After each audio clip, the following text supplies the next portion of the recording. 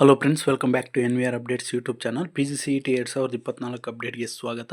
ಇಲ್ಲಿ ಅನೇಕ ವಿದ್ಯಾರ್ಥಿಗಳಾದರೆ ಅವರು ನಮಗೆ ಫಸ್ಟ್ ರೌಂಡಲ್ಲೆಲ್ಲ ಎಕ್ಸ್ಟೆಂಡ್ ಆದರೆ ಮಾಡಿದ್ರಲ್ಲ ಅಡ್ಮಿಷನ್ಗೆ, ಹಾಗೆ ಕಾಲೇಜ್ಗೆ ರಿಪೋರ್ಟ್ ಮಾಡೋಕ್ಕೆ. ಅದೇ ರೀತಿ ಈಗ ನಮಗೆ ಮತ್ತೆ ಚಾಯ್ಸ್ ಇದು ಅಡ್ಮಿಷನ್ ಆರ್ಡರ್ ಡೌನ್ಲೋಡ್ ಮಾಡೋಕ್ಕೆ, ಹಾಗೆ ಕಾಲೇಜ್ಗೆ ರಿಪೋರ್ಟ್ ಮಾಡೋಕ್ಕೆ ಎಕ್ಸ್ಟೆಂಡ್ ಆದರೆ ಮಾಡ್ತಾರಾ ಅಂತ ಕೇಳ್ತಿದ್ರು.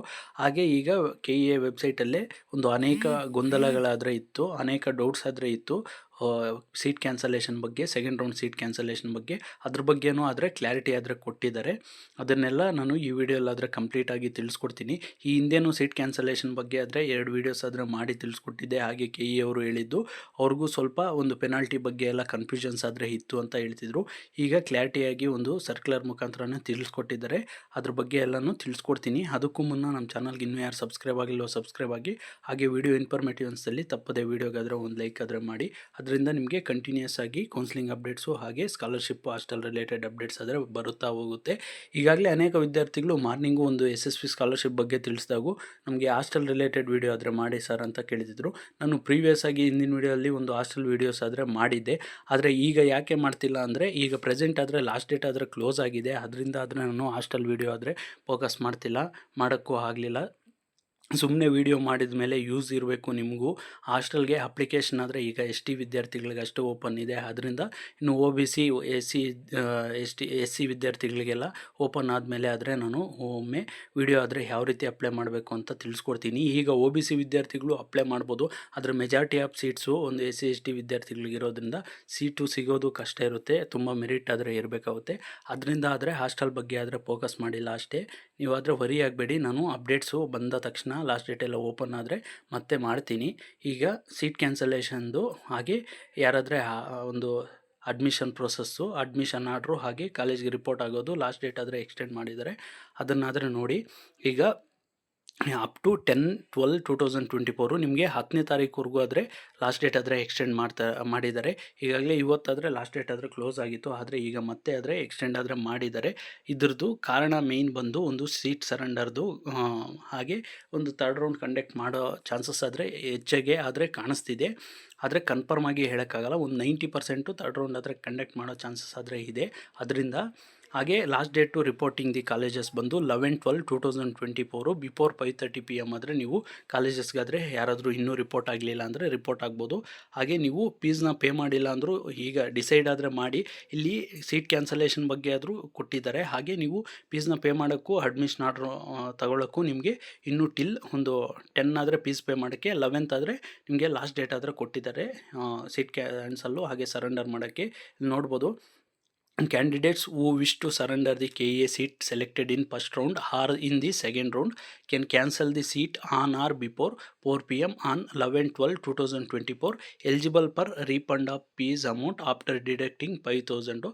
After this date, seat cancellation forfeiture of full fees or candidate has to pay the full fees. ಅಂದರೆ ನಿಮಗೆ ಕಂಪ್ಲೀಟ್ ಅಮೌಂಟ್ ಆದರೆ ಮುಟ್ಗೋಲಾದರೆ ಹಾಕ್ಕೋತಾರೆ. ಆಫ್ಟರ್ ನೀವು 11/12/2024 ಏನಾದರೂ ಒಂದು last date to reporting colleges 11th ಏನಾದರೂ ಇದೆ, ಅದಾದ ನಂತರ ಯಾರಾದರೂ ಸೀಟ್ನ ಸರೆಂಡರ್ ಮಾಡಬೇಕು ಅಂದ್ಕೊಂಡಿದ್ರೆ ಅಂಥ ವಿದ್ಯಾರ್ಥಿಗಳದ್ದು ಕಂಪ್ಲೀಟಾಗಿ ಯಾರೆಲ್ಲ ಚಾಯ್ಸ್ 2 ಆಗಿರ್ಬೋದು, ಚಾಯ್ಸ್ 1 ಕಟ್ಟಿ ಈಗೆಲ್ಲ ಫೀಸ್ನ ಪೇ ಮಾಡಿ ಕಾಲೇಜ್ಗೆ ಅಡ್ಮಿಷನ್ ಆಗಿರೋ ವಿದ್ಯಾರ್ಥಿಗಳು ಅಷ್ಟೇ.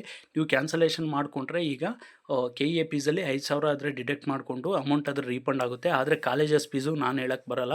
ಕಾಲೇಜಸ್ಸಲ್ಲಿ ನಿಮಗೆ ವಾಪಸ್ ಕೊಡ್ಬೋದು, ಕೊಡದೇ ಇರ್ಬೋದು. ಮೋಸ್ಟ್ ಪ್ರಾಬಬಲಿ ಅನೇಕ ಕಾಲೇಜಸ್ ಆದರೆ ಪ್ರೈವೇಟ್ ಇನ್ಸ್ಟಿಟ್ಯೂಷನ್ಸು ಆಗಲಿ ಗೌರ್ಮೆಂಟ್ ಆಗಲಿ ಒನ್ಸ್ ನೀವು ಕಾಲೇಜ್ ಫೀಸ್ ಪೇ ಮಾಡಿದ್ಮೇಲೆ ರೀಫಂಡ್ ಆಗೋದು ಕಷ್ಟ.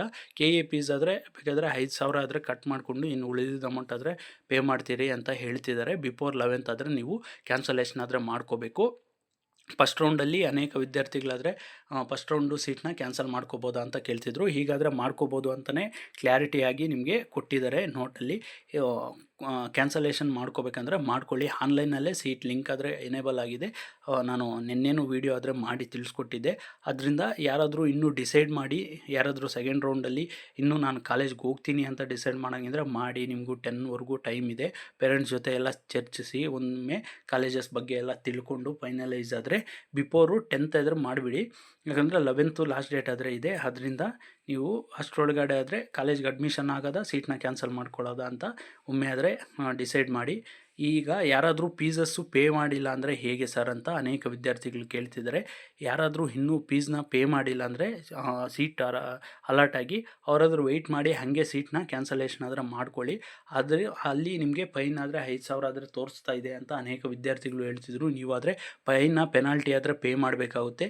ಪೆನಾಲ್ಟಿ ಪೇ ಮಾಡಿ ಒಮ್ಮೆ ಸೀಟ್ನ ಆದರೆ ಕ್ಯಾನ್ಸಲೇಷನ್ ಮಾಡ್ಕೊಳ್ಳಿ. ಇಲ್ಲಾಂದರೆ ನಿಮಗೆ ನೆಕ್ಸ್ಟ್ ಇಯರ್ ಏನಾದರೂ PGCET 25 ಎಲ್ಲ ಕಂಡಕ್ಟ್ ಮಾಡಿ ಅದರಲ್ಲಿ ನೀವು ಪಾರ್ಟಿಸಿಪೇಟ್ ಮಾಡಬೇಕಂದ್ರೆ ಕಷ್ಟ ಆಗುತ್ತೆ. ಅವರು ರಿಸ್ಟ್ರಿಕ್ಷನ್ ಆದರೆ ಮಾಡ್ಬೋದು. ಅದರಿಂದ ಈ ವರ್ಷ ಆದರೆ ಸೀಟ್ನ ಸರೆಂಡರ್ ಮಾಡಿ ಕ್ಯಾನ್ಸಲೇಷನ್ ಆದರೆ ಮಾಡ್ಕೊಳ್ಳಿ. ನೆಕ್ಸ್ಟ್ ರೌಂಡ್ ಯಾರಾದರೂ ನೆಕ್ಸ್ಟ್ ಇಯರ್ ಪಾರ್ಟಿಸಿಪೇಟ್ ಮಾಡಬೇಕು ಅಂದ್ಕೊಂಡಿರೋರು, ಇಲ್ಲ ನಾನು ಮ್ಯಾನೇಜ್ಮೆಂಟ್ ಸೀಟ್ಗೆ ಹೋಗಿ ಈ ವರ್ಷ ಆದರೆ ಮಾಡ್ಕೋತೀನಿ ಅಂದರೆ ನೀವು ಹಾಗೆ ಬಿಡ್ಬೋದು. ಅದರಿಂದ ಯಾರಾದರೂ ನೆಕ್ಸ್ಟ್ ಇಯರ್ ಎಲ್ಲ ಪಾರ್ಟಿಸಿಪೇಟ್ ಮಾಡಬೇಕು ಅನ್ನೋ ಐಡಿಯಾ ಇದ್ದರೆ ನೀವಾದರೆ ರೀಫಂಡ್ ಆದರೆ ಫೀಸ್ನ ಆದರೆ ಪೆನಾಲ್ಟಿ ಅಮೌಂಟ್ನ ಪೇ ಮಾಡಿ ಕ್ಯಾನ್ಸಲೇಷನ್ ಆದರೆ ಮಾಡ್ಕೊಳ್ಳಿ ಸೀಟ್ನ. SC/ST ವಿದ್ಯಾರ್ಥಿಗಳು ಅಷ್ಟೇ ಒಂದು 5,000 ಆದರೆ ಪೇ ಮಾಡಬೇಕಾಗುತ್ತೆ. ಯಾರೇ ಆಗಿರಲಿ ಈಗಾಗಲೇ ಪೆನಾಲ್ಟಿ ಫೀಸ್ನ ಪೇ ಮಾಡಿ ಎಲ್ಲ ಮಾಡಿರೋರು ವೆಯ್ಟ್ ಮಾಡಿ, ನಿಮಗೆ ವಿತಿನ್ ಒಂದು 4 to 5 ಬ್ಯಾಂಕಿಂಗ್ ಅವರ್ಸಲ್ಲಿ ಲಾಸ್ಟ್ ಡೇಟ್ ಮುಗಿದ ನಂತರ ನಿಮಗೆ ಬರುತ್ತೆ ಅಮೌಂಟ್ ಆದರೆ ಖಂಡಿತ ಬರುತ್ತೆ. ಹಾಗೆ ಯಾರಿಗಾದರೂ ಫಸ್ಟ್ ರೌಂಡಲ್ಲಿ ಫೀಸ್ನ ಪೇ ಮಾಡಿ ಈಗ ನಿಮಗೆ ರೀಫಂಡ್ ಆಗಬೇಕಾಗಿದ್ರು ಒಂದು 60,000 ಎಲ್ಲ ಪೇ ಮಾಡಿ, ಈಗ ಗೌರ್ಮೆಂಟ್ ಕಾಲೇಜಸ್ 30,000 ಇದ್ದರು. ಡಿಫ್ರೆನ್ಸ್ ಅಮೌಂಟ್ ಏನಾದರೂ ಇದೆ ಅದು ಅಮೌಂಟ್ ಆದರೆ ರೀಫಂಡ್ ಆಗುತ್ತೆ. ಡೋಂಟ್ ವರಿ, ನಿಮಗೆ ನಿಮ್ಮ ಬ್ಯಾಂಕ್ ಖಾತೆಗಾದರೆ ಅಮೌಂಟ್ ಆದರೆ ಹಾಕ್ತಾರೆ. ಅದರಿಂದ ಆದರೆ ನೀವು ವರಿ ಆಗೋ ಅಗತ್ಯವಿಲ್ಲ ನಮಗೆ ಅಮೌಂಟ್ ಬರುತ್ತೋ ಇಲ್ವೋ ಅಂತ. ಈ ಲಾಸ್ಟ್ ಡೇಟ್ ಆದರೆ ಮುಗಿಯೋಕ್ಕೆ ವೆಯ್ಟ್ ಮಾಡಿ. ಆ ಲಾಸ್ಟ್ ಡೇಟ್ ಮುಗಿದ ನಂತರ ನಿಮಗಾದರೆ ಬರುತ್ತೆ. ಅದರಿಂದ ಈಗ ಫಸ್ಟ್ ರೌಂಡಲ್ಲಿ ಸೆಕೆಂಡ್ ರೌಂಡಲ್ಲಿ ಟಿಲ್ 11th ಆದರೆ ಲಾಸ್ಟ್ ಡೇಟ್ ಕೊಟ್ಟಿದ್ರಲ್ಲ ಅಷ್ಟುವರೆಗೂ ಆದರೆ ವೆಯ್ಟ್ ಮಾಡಿ. ಅಲ್ಲಿ ಸೀಟ್ಸ್ ಆದರೆ number of seats government seats ಉಳಿದ್ರೆ ನಿಮಗೆ ಖಂಡಿತ ಥರ್ಡ್ ರೌಂಡ್ ಆದರೆ ಕಂಡಕ್ಟ್ ಮಾಡೋ ಚಾನ್ಸಸ್ ಆದರೆ ಹೆಚ್ಚಿಗೆ ಆದರೆ ಕಾಣಿಸ್ತಿದೆ. ಅದರಿಂದನೇ ಈಗ ಸೀಟ್ ಕ್ಯಾನ್ಸಲೇಷನ್ಗೂ ಮತ್ತೆ ಆದರೆ ಎಕ್ಸ್ಟೆಂಡ್ ಮಾಡ್ತಿರೋದು. ಅನೇಕ ವಿದ್ಯಾರ್ಥಿಗಳು ಸೀಟ್ನ ಕ್ಯಾನ್ಸಲೇಷನ್ ಮಾಡ್ಕೋತಾ ಇರೋದ್ರಿಂದ KE ಕಡೆಯಿಂದ ಗೌರ್ಮೆಂಟ್ ಸೀಟ್ಸು ಉಳಿಬಾರ್ದು ಅಂತಲೇ ಇನ್ನೊಂದು ರೌಂಡ್ ಆದರೆ ಎಕ್ಸ್ಟೆಂಡ್ ಮಾಡ್ತಾರೆ. ಅದಕ್ಕೆ ಯಾರಾದರೂ ಎಲಿಜಿಬಲ್ ಇದ್ದೀರಾ, ಯಾರು ಎಲಿಜಿಬಲ್ ಇಲ್ಲ ಅಂತಲೂ ಪ್ರಿವಿಯಸ್ ಆಗಿ ಒಂದು ವೀಡಿಯೋ ಮಾಡಿದ್ದೀನಿ. ಆ ವಿಡಿಯೋ ಇನ್ನೂ ಯಾರಾದರೂ ಗಮನಿಸಿಲ್ಲ ಅಂದರೆ ಗಮನಿಸಿ, ಲಿಂಕ್ ಡಿಸ್ಕ್ರಿಪ್ಷನಲ್ಲಿ ಕೊಟ್ಟಿರ್ತೀನಿ. ಆದರೆ ಅದು ಲಾಸ್ಟ್ ಇಯರ್ನ ಬೇಸ್ ಮಾಡಿಕೊಂಡು ಮಾಡಿರೋದು. ಈಗ ಈ ಕೊನೆ ಪಕ್ಷ ಯಾರಾದರೂ ಈಗ ಸೀಟ್ನ ಕ್ಯಾನ್ಸಲೇಷನ್ ಮಾಡಿಕೊಂಡು ಏನಾದರೂ ಪ್ರಾಬ್ಲಮ್ ಇದ್ದು ಅವ್ರನ್ನ ಎಲಿಜಿಬಲಿಟಿ ಆದರೆ ಮಾಡೋಕ್ಕೆ ಚಾನ್ಸಸ್ ಆದರೆ ಇದೆ. ಆದರೆ 100% ಹೇಳೋಕ್ಕಾಗಲ್ಲ. ಲಾಸ್ಟ್ ಇಯರ್ ಎಲ್ಲ ಮಾಡಿರಲಿಲ್ಲ. ಯಾರಿಗಾದ್ರೆ ಫಸ್ಟ್ ರೌಂಡಲ್ಲಿ ಹಾಗೆ ಸೆಕೆಂಡ್ ರೌಂಡಲ್ಲಿ ಸೀಟ್ನ ಯಾವುದೇ ಕಾರಣಕ್ಕೂ ಅವ್ರಿಗೂ ಸೀಟ್ ಕ್ಯಾನ್ಸಲೇಷನ್ ಆದರೆ ಮಾಡ್ಕೊಂಡಿರಬಾರ್ದು, ಅವ್ರಿಗೆ ಸೀಟ್ ಸಿಕ್ಕಿರಬಾರ್ದು ಅಂಥ ವಿದ್ಯಾರ್ಥಿಗಳಾದರೆ ಎಲಿಜಿಬಲ್ ಇರ್ತಿದ್ರು ಥರ್ಡ್ ರೌಂಡ್ಗೆ. ಅದರಿಂದ ಇನ್ನೂ ಏನಾದರೂ ಡೌಟ್ಸ್ ಇದ್ದರೆ ಕಮೆಂಟ್ ಮುಖಾಂತರ ತಿಳಿಸಿ. That's all for this video. Keep watching NVR updates for more educational and scholarship related updates.